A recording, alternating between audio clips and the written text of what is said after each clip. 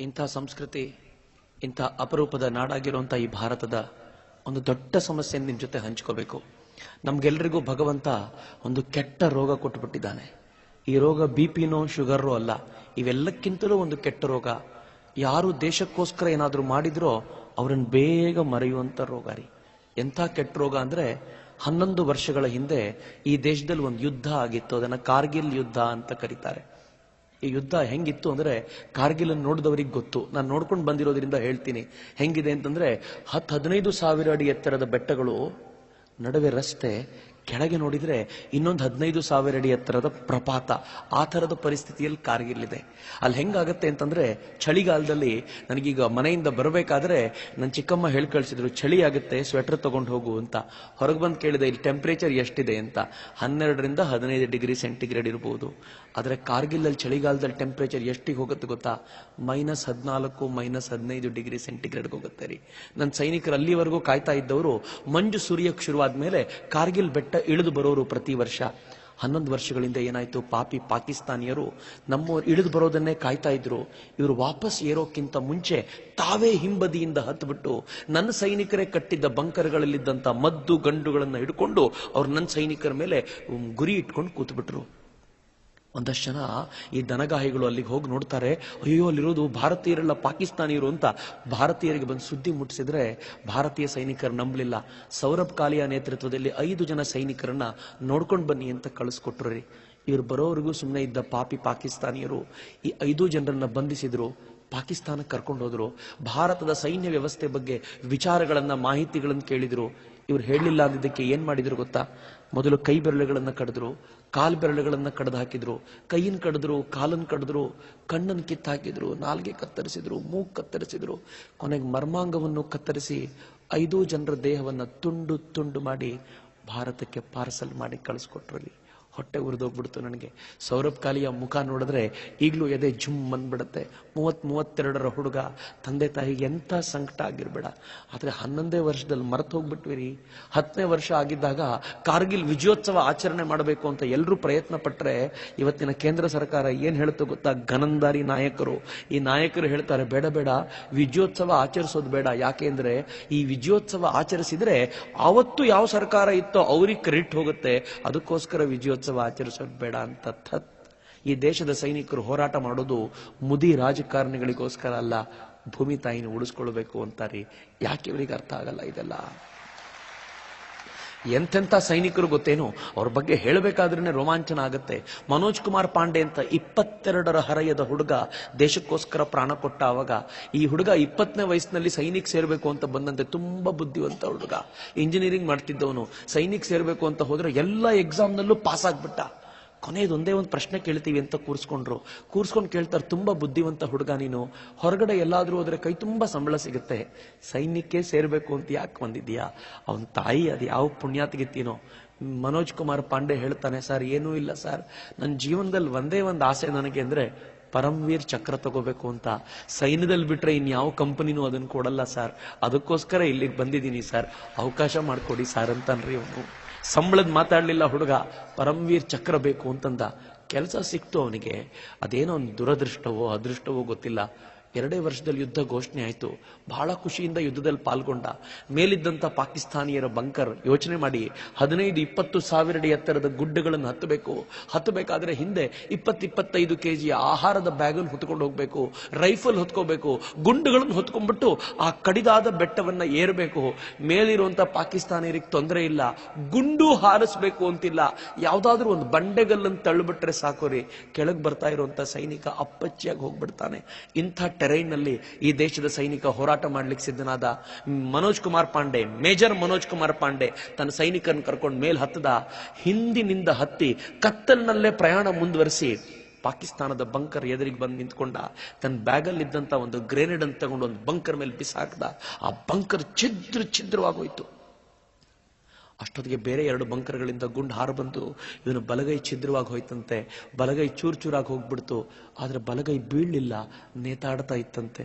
ಹತ್ತಿರದಿಂದ ನೋಡಿದವ್ರು ಹೇಳ್ತಾರೆ, ಆಗ್ಲೂ ಅವನ ತಾಕತ್ ಕಡಿಮೆ ಆಗ್ಲಿಲ್ಲ. ಅವನ್ ತನ್ನ ಸೈನಿಕನೊಬ್ಬನಿಗೆ ಕರೆದು ಹೇಳ್ದ, ಬೇಗ ನನ್ನ ಬೆಲ್ಟನ್ ಬಿಚ್ಚಿ ಈ ಬಲಗೈನ ಸೊಂಟಕ್ಕೆ ಕಟ್ಕೊಂಡ್ ಬಿಡ್ತೀನಿ, ನೇತಾಡ್ತಾ ಇದ್ರೆ ತುಂಬಾ ಕಷ್ಟ ಆಗತ್ತೆ ಅಂತ ಹೇಳಿ ನೇತಾಡ್ತಾ ಇದ್ದ ಬಲಗೈನ ಸೊಂಟಕ್ಕೆ ಕಟ್ಕೊಂಡು ಎಡಗೈಯಿಂದ 2 ಗ್ರೆನೇಡ್ ಅನ್ನು ತಗೊಂಡು ಪಾಕಿಸ್ತಾನದ 3 ಬಂಕರ್ಗಳನ್ನ ನಾಶ ಮಾಡಿದ. ಉಳಿದ ಸೈನಿಕರು ಓಡ್ ಹೋಗ್ತಾ ಇದ್ರೆ ಇವನಿಗೊಂದು ಗುಂಡು ಬಂದು ಇವನ ಹಣೆಗೆ ಬಿತ್ತಂತೆ. ಸಾಯೋಕ್ಕಿಂತ ಮುಂಚೆ ಅವನು ಹೇಳಿದ ಕೊನೆ ಮಾತು, ನಾ ಛೋಡ್ನು, ಬಿಡಬೇಡ ಅವ್ರನ್ನ, ಒಬ್ಬರನ್ನು ಬಿಡಬೇಡ, ಎಲ್ರನ್ನೂ ಕೊಂದು ಹಾಕು, ಈ ಗುಡ್ಡ ನಮ್ದಾಯ್ತು ಅಂತ ಹೇಳು ಅಂತ ಹೇಳ್ತಾ ಪ್ರಾಣ ಕೊಟ್ಬಿಟ್ಟಂತೆ ರೀ. ಆ ಹುಡುಗನಿಗೆ 22ರ ಹುಡುಗನಿಗೆ ಪರಮವೀರ್ ಚಕ್ರ ಸಿಕ್ತು, ಮರಣೋತ್ತರ ಪ್ರಶಸ್ತಿ. ಅದು ಸಿಗಬೇಕಾದ್ರೆ ಪ್ರಶಸ್ತಿಯಲ್ಲಿ ಅನೌನ್ಸ್ ಮಾಡ್ತಾರಲ್ಲ, ಆ ಹೆಣ್ಮಗಳು ಅನೌನ್ಸ್ ಮಾಡ್ತಾಳೆ. ಅವನ್ ಡೈರಿಯಲ್ಲಿ 2 ಸಾಲು ಬರ್ಕೊಂಡಿದ್ದ, ಅವನು ನಿಮ್ಗೆ ಹೇಳಬೇಕು ಅಂತೇಳಿ ಹೇಳ್ತಾಳೆ ಅವಳು. ಏನ್ ಸಾಲಂತೆ ಗೊತ್ತಾ? ಅಕಸ್ಮಾತ್, ಅದ್ಭುತವಾದ ಮಾತು, ಅಕಸ್ಮಾತ್ ನನ್ನ ರಕ್ತದ ತಾಕತ್ತನ್ನ ಪ್ರೂವ್ ಮಾಡೋಕ್ಕಿಂತ ಮುಂಚೆ ಮೃತ್ಯು ನನ್ನ ಹತ್ರ ಬಂದ್ರೆ ದೇವರಾಣೆಗೂ ಆ ಮೃತ್ಯುನು ನಾನು ಕೊಂದು ಬಿಡ್ತೀನಿ ಅಂತ ಆ ಹುಡುಗ 4 ಸಾಲು ಬರ್ಕೊಂಡಿದ್ನಂತೆ ರೀ. 22ರ ಹುಡುಗ ದೇಶಕ್ಕೋಸ್ಕರ ಪ್ರಾಣ ಕೊಟ್ಬಿಟ್ಟ. ಅವನ್ ಏನಕ್ಕೆ ಪ್ರಾಣ ಕೊಟ್ಟನೋ ನೆನಪಿಸ್ಕೊಳ್ಳೋರು ಇಲ್ವಲ್ರಿ ಈ ದೇಶದಲ್ಲಿ. ಮೇಜರ್ ರಾಜೇಶ್ ಅಧಿಕಾರಿ ಯುದ್ಧಕ್ಕೆ ಅಂತ ಹೊರಟ. ಹೋಗ್ಬೇಕಾದ್ರೆ ಹೆಂಡತಿ ಓಡ್ ಬಂದವಳು ಪೋಸ್ಟ್ ಮ್ಯಾನ್ ಓಡ್ ಬಂದು ಒಂದು ಪತ್ರವನ್ನು ಕೊಟ್ಟ. ಪತ್ರವನ್ನು ನೋಡಿದ ರಾಜೇಶ್ ಅಧಿಕಾರಿ, ಹಿಂದೆ ಹೆಂಡತಿ ಅಡ್ರೆಸ್ ಇತ್ತು, ಓದ್ಲೇ ಇಲ್ಲ, ಜೇಬಿಗೆ ಇಳಿಸ್ಕೊಂಡಂತೆ. ಪೋಸ್ಟ್ ಮಾಸ್ಟರ್ ಕೇಳ್ತಾರೆ, ಯಾಕೆ ಸರ್ ನೀವು ಓದಲ್ಲ? ಸೈನಿಕರು ಪತ್ರ ಬಂದ್ರೆ ಜೀವ ಬಿಡ್ತಾರೆ, ನೀವು ಯುದ್ಧಕ್ಕೆ ಹೋಗೋ ಹೊತ್ತಲ್ಲಿ ಪತ್ರ ಓದ್ತಿಲ್ವಲ್ಲ, ಯಾಕೆಂದ್ರೆ ಏನಂತಾನೆ ಗೊತ್ತಾ? ಏನೂ ಇಲ್ಲ, ಈ ಪತ್ರ ಬರೆದಿರೋದು ನನ್ನ ಹೆಂಡತಿ. ನಾನು ಯುದ್ಧಕ್ಕೆ ಹೋಗ್ಬೇಕಾದ್ರೆ ಅವಳ ಪತ್ರದ ತುಂಬಾ ಗೋಳು ಕರ್ಕೊಂಡಿರ್ತಾಳೆ. ಯುದ್ಧಕ್ಕೆ ಹೋಗ್ಬೇಕಾದ್ರೆ ನನಗೆ ತಾಯಿ ಭಾರತೀಯ ನೆನಪಾಗ್ಬೇಕೆ ಹೊರತು ನನ್ನ ಹೆಂಡತಿ ನೆನಪಲ್ಲ, ಅದಕ್ಕೆ ಪತ್ರ ಜೇಬಲ್ಲಿ ಇಟ್ಕೊಂಡೆ ಅಂತ ಅವನು. ಯುದ್ಧಕ್ಕೆ ಹೋದ, ವಾಪಸ್ ಹೆಣವಾಗಿ ಮನೆಗೆ ಬಂದ್ಬಿಟ್ಟಾರಿ. ಅವನ ಮನೇಲಿ ಅವನ ಅಪ್ಪ ಅಮ್ಮ ಗೋಳಾಡ್ತಿದ್ದಾರೆ, ಆದ್ರೆ ಹೆಂಡತಿ ಕಣ್ಣಲ್ಲಿ ಮಾತ್ರ ನೀರಿಲ್ಲ. ಗಂಡನ ಶವವನ್ನು ಸ್ವೀಕರಿಸಿದ್ಲು, 1000 ಜನ ಸೇರಿದ್ದಾರೆ. ಇಂಡಿಯಾ ಟುಡೇ ಅನ್ನೋ ಪತ್ರಿಕೆ ವರದಿ ಮಾಡಿದೆ ಈ ರಿಪೋರ್ಟ್ನ. ರೋಮಾಂಚನ ಆಗ್ಬಿಡುತ್ತೆ ನನಗೆ ಮೊದಲನೇ ಬಾರಿಗೆ ಓದಿದಾಗ. ಹೆಂಡತಿ ಗಂಡನ ಶವವನ್ನು ಮುಟ್ಟಿ ನೋಡಿದ್ಲು. ನೋಡ್ತಾ ಇರ್ಬೇಕಾದ್ರೆ ಜೇಬಲ್ಲಿರುವಂತ ಈ ಪತ್ರ ಸಿಕ್ಬಿಡ್ತು. ಆ ಪತ್ರವನ್ನ ಅವಳು ತೆಗೆದು ನೋಡ್ತಾಳೆ, ಇನ್ನೂ ಓಪನ್ನೇ ಆಗ್ಲಿಲ್ಲ ತಾನು ಬರೆದಿರೋ ಪತ್ರ.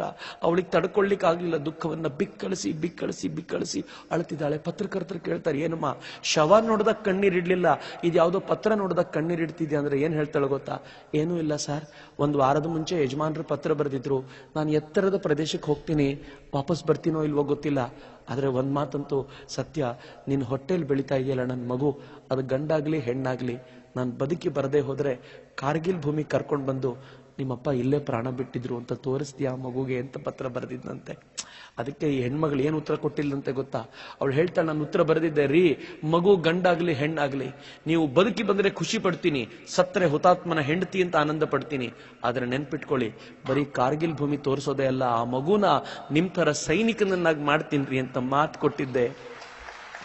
ಅವ್ರು ನನ್ನ ಮೇಲೆ ಅನುಮಾನ ಪಟ್ಟು ಈ ಪತ್ರ ಓದದೆ ಹೋಗ್ಬಿಟ್ರಲ್ಲ, ಓದಿದ್ರೆ ಇನ್ನೂ ಖುಷಿ ಪಡ್ತಿದ್ರಲ್ಲ ಅಂತ ಹೇಳ್ತಾಳ್ರಿ ಅವಳು. ನನ್ಗೆ ಆ ತಾಯಿ ನೆನಪಿಸ್ಕೊಂಡ್ರೆ ಈಗಲೂ ರೋಮಾಂಚನ ಆಗತ್ತೆ. ನಮಗ್ ಮಾತ್ರ ನೆನಪಾಗಲ್ಲ, ನಾವು ಹಂಗೆ ಹಾಯಾಗಿ ಬದುಕ್ತಾ ಇರ್ತೀವಿ. ಎಂತೆಂತ ಸೈನಿಕರು, ಕ್ಯಾಪ್ಟನ್ ಅಮನ್ ಕಾಲಿಯಾ, ಅಮೋಲ್ ಕಾಲಿಯಾ. ಅಮೋಲ್ ಚಿಕ್ಕವನು, ಅಮನ್ ದೊಡ್ಡವನು, ಇಬ್ರು ಕಾರ್ಗಿಲ್ ಯುದ್ಧದಲ್ಲಿ ಹೋರಾಟ ಮಾಡ್ತಿದ್ರು. ಚಿಕ್ಕ ಮಗ ಕಾರ್ಗಿಲದಲ್ಲಿ ಪ್ರಾಣ ಕೊಟ್ಬಿಟ್ಟ. ಶವ ಮನೆಗೆ ಬಂದ್ರೆ ಅವರಪ್ಪ ಅಮೋಲ್ ಮುಂದೆ ನಿಂತ್ಕೊಂಡು ಶವದ ಅವನ ಕ್ಯಾಪನ್ ತಾವು ತಲೆ ಮೇಲೆ ಹಾಕೊಂಡು ಶವಕ್ಕೊಂದು ಸೆಲ್ಯೂಟ್ ಕೊಟ್ಟು, ಅಮೋಲ್ ನೀನ್ ಕಿರಿಮಗ ಅಂತ ಊರ್ ತುಂಬಾ ಹೇಳ್ಕೊಂಡು ತಿರ್ಗಾಡ್ತಿದ್ನಲ್ಲೋ, ನೀನ್ ದೇಶಕ್ಕೆ ಹಿರಿಮಗ ಆಗ್ಬಿಟ್ಟಿಲ್ಲಪ್ಪ, ನನಗೆ ಅಲ್ಲ ದೇಶಕ್ಕೆ ಹಿರಿಮಗ ಆಗ್ಬಿಟ್ಟೆ ನೀನು ಅಂತ ಮಗನಿಗೆ ಸೆಲ್ಯೂಟ್ ಕೊಡ್ತಾರಲ್ರಿ. ಅದು ಈ ದೇಶದ ಶಕ್ತಿ. ಎಂತ ಅದ್ಭುತವಾದ ಜೀವನ ಅಂದ್ರೆ, ಯಶವಂತ್ ಸಿಂಗ್ ತೋಮರ್ ಅನ್ನುವಂತ ಹುಡುಗ ದೇಶಕ್ಕೋಸ್ಕರ ಹೋರಾಟ ಮಾಡಬೇಕು, ಸೈನಿಕ, 11 ಜನರ ಪಡೆ ಕಟ್ಕೊಂಡು ಮೇಲಕ್ಕೆ ಹೋಗ್ಬೇಕಾದ್ರೆ ಎಲ್ಲರಲ್ಲೂ ಉತ್ಸಾಹ ತುಂಬಬೇಕಲ್ಲ. ಗೆಳೆಯರಿಗೆ ಹೇಳ್ತಾನಂತೆ, ಹಮ್ 11 ತೋಮರ್ ಜಾಯಂಗೆ, 11 ಜೀತ್ ಕರ್ ವಾಪಸ್ ಆಯಂಗೆ ಅಂತ ಹೋದ. ಗುಡ್ಡ ಗೆದ್ರು. ವಾಪಸ್ ಬರ್ಬೇಕಾದ್ರೆ ಯಶವಂತ್ ಸಿಂಗ್ ತೋಮರ್ರೇ ಸತ್ತು ಹೋಗಿದ್ದಾರೆ. ಮನೆಗೆ ಅವನ ಹೆಣ ಬಂದ್ರೆ ಅವರಪ್ಪ ಹೆಣದ ಮುಂದೆ ನಿಂತ್ಕೊಂಡು ಏನ್ ಹೇಳ್ತಾರಂತೆ ಗೊತ್ತಾ? ಹೋಗೋ ತೋಮರ್, ನಾನು ಯಾಕೊಂದು ನೀನ್ ಸತ್ತೆ ಅಂತ ಹಳ್ಳಿ, ನನ್ನ ಕುಟುಂಬದ ಒಂದು ನಿಯಮ ಇದೆ, ಒಂದೋ ಯುದ್ಧದಲ್ಲಿ ಗೆಲ್ಲಬೇಕು ಇಲ್ಲ ಸಾಯ್ಬೇಕು, ನೀನ್ ಗೆದ್ದು ಸತ್ತಿದ್ಯಾ ಬಿಡೋ, ನಾನು ಹೇಳಲ್ಲ, ನಾನು ಖುಷಿ ಪಡ್ತೀನಿ ನನ್ನ ಮಗ ಅನ್ನೋ ಕಾರಣಕ್ಕೋಸ್ಕರ ಅಂತ ಆ ವಯಸ್ಸಾದ ತಂದೆ ಮಗನ ಶವಕ್ಕೆ ಮುಂದೆ ನಿಂತ್ಕೊಂಡು ಒಂದು ಸೆಲ್ಯೂಟ್ ಕೊಡ್ತಾರಲ್ಲ. ನೆನಪಿಸ್ಕೊಳ್ಳೋ ಪುರ್ಸೊತ್ತೇ ಇಲ್ವಲ್ರಿ. ನಾವ್ ಎಂತ ಕೃತಜ್ಞರಾಗ್ಬಿಟ್ಟಿದ್ದೀವಿ ಅಂದ್ರೆ, ಇವತ್ ದೇಶ ಏನಾದ್ರೂ ಹಿಂಗಿದೆ ಅಂತಂದ್ರೆ ಅವ್ರ ಕಾರಣದಿಂದಾಗಿಯೇ ಇರೋದು. ನಮಗೆ ನೆನಪಿಲ್ಲ. ಹೊಟ್ಟೆ ಉರಿಯುತ್ತೆ ಈ ಮಾತನ್ನು ಹೇಳಬೇಕಾದ್ರೆ. ಸತ್ಯ ಹೇಳ್ತೀನಿ, ಜಾಗೋ ಭಾರತ್ನ ಉದ್ದೇಶ ಮತ್ತೇನೂ ಇಲ್ಲ. ಇವತ್ತಿಗೂ ಕೂಡ ಈ ದೇಶಕ್ಕೆ ಪ್ರಾಣ ಕೊಡ್ತಾರಲ್ಲ, ಅವ್ರನ್ನ ನೆನಪಿಸ್ಕೊಳ್ಳಕ್ಕೆ ಒಂದು ಅವಕಾಶವನ್ನು ಕಲ್ಪಿಸ್ಕೊಡ್ಬೇಕು ಅನ್ನೋ ಹುಚ್ಚಿನಿಂದ ಈ ಕಾರ್ಯಕ್ರಮ ಶುರು ಮಾಡಿದ್ದು. ಅದಕ್ಕೋಸ್ಕರ ಅಕಸ್ಮಾತ್ ಇವತ್ತೇನಾದ್ರೂ ಕಣ್ಣೀರು ಹರಿಯಕ್ಕೆ ಹೊರಗೆ ಬಂದ್ರೆ ಕಂಟ್ರೋಲ್ ಮಾಡ್ಲಿಕ್ಕೆ ಹೋಗ್ಬೇಡಿ, ಬಿಟ್ಬಿಡಿ ಅದನ್ನ. ಪಕ್ಕದವ್ರು ಯಾರೋ ನೋಡ್ತಾರೆ ಅಂತ ನಾವು ನಮ್ಮನ್ನು ಕಂಟ್ರೋಲ್ ಮಾಡ್ತಾ ಕೂತಿರ್ತೀವಿ. ಹೆಂಡತಿಗೋಸ್ಕರ ಗಂಡ ಅಳೋದನ್ನ ನೋಡಿದ್ದೀನಿ, ಗಂಡನಿಗೋಸ್ಕರ ಹೆಂಡತಿ ಅಳ್ತಾ ಕೂತಿರ್ತಾಳೆ. ಮಕ್ಕಳು ಹಾಳಾಗೋಗ್ಬಿಟ್ರಲ್ಲ ಅಂತ ಗಂಡ ಹೆಂಡತಿ ಎಲ್ರ ಮುಂದೆ ಕಣ್ಣೀರಿಡ್ತಾರೆ. ಆದ್ರೆ ನಮ್ಮ ಮಕ್ಕಳಲ್ಲ, ಆದ್ರೆ ನಮಗೋಸ್ಕರ ಪ್ರಾಣ ಕೊಡ್ತಾರಲ್ಲ ಆ ಮಕ್ಕಳಿಗೋಸ್ಕರ ಒಂದೆರಡು ಕಣ್ಣೀರನಿ ಹೋಗ್ಲಿ ಬಿಡ್ರಿ. ಕಣ್ಣೀರನಿ ಹಾಕ್ತಾ ಹಾಕ್ತಾ ಇವತ್ತು ಒಂದು ದಿನ ನಾನು ನಿಮ್ಮೆಲ್ಲರಲ್ಲೂ ಕೇಳ್ಕೊಳ್ತೀನಿ, ದೇವರನ್ನ ಕೈ ಮುಗಿದು ಕೇಳ್ಕೊಳ್ಳಿ, ಹೇ ದೇವ್ರೆ, ಇಷ್ಟೂ ದಿನ ನಮಗೋಸ್ಕರ ಪ್ರಾಣ ಕೊಟ್ಟ ನಮ್ಮದಲ್ಲದ ಆ ಮಕ್ಕಳಿಗೆ ನೀನು ಆತ್ಮ ಶಾಂತಿ ಕೊಡು. ಇನ್ನು ಮುಂದೆ ಪ್ರಾಣ ಕೊಡ್ಲಿಕ್ಕೆ ಸಿದ್ಧರಾಗಿದ್ದಾರಲ್ಲ, ಅವ್ರಿಗೆ ಶಕ್ತಿ ಕೊಡಪ್ಪ ಅಂತ ಭಕ್ತಿಯಿಂದ ಪ್ರಾರ್ಥನೆ ಮಾಡ್ತಾ ಈ ಅಪರೂಪದ ಗೀತೆಗೆ ನಾವು ದನಿಯಾಗೋಣ.